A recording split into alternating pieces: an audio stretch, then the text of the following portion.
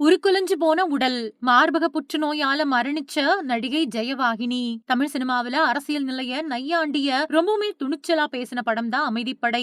இந்த படத்துல சத்யராஜ் மணிவண்ணனோட நடிப்பு பலரையும் ஆச்சரியப்படுத்துச்சு. இந்த படத்துல மணிவண்ணனோட காதலி கேரக்டர்ல நடிச்சு பிரபலமானவங்க தான் நடிகை ஜெயவாகினி. ஒரே ஒரு சீன்ல நடிச்சாலும் பல பேரையும் ஈர்த்த வாகினியோட கண்ணீர் கதை நிறைய பேரை உருக வச்சிருக்கு.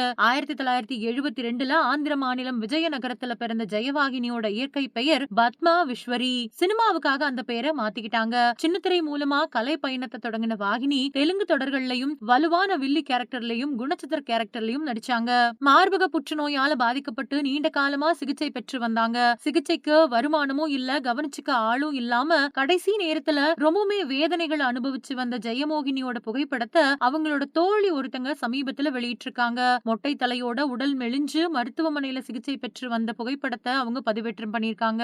ஆனா பலரும் அவங்களுக்கு உதவிக்கரம் நீட்டுறதுக்குள்ள ஜெயவாகினி 2026 பிப்ரவரி 4 உயிரிழந்துட்டாங்க.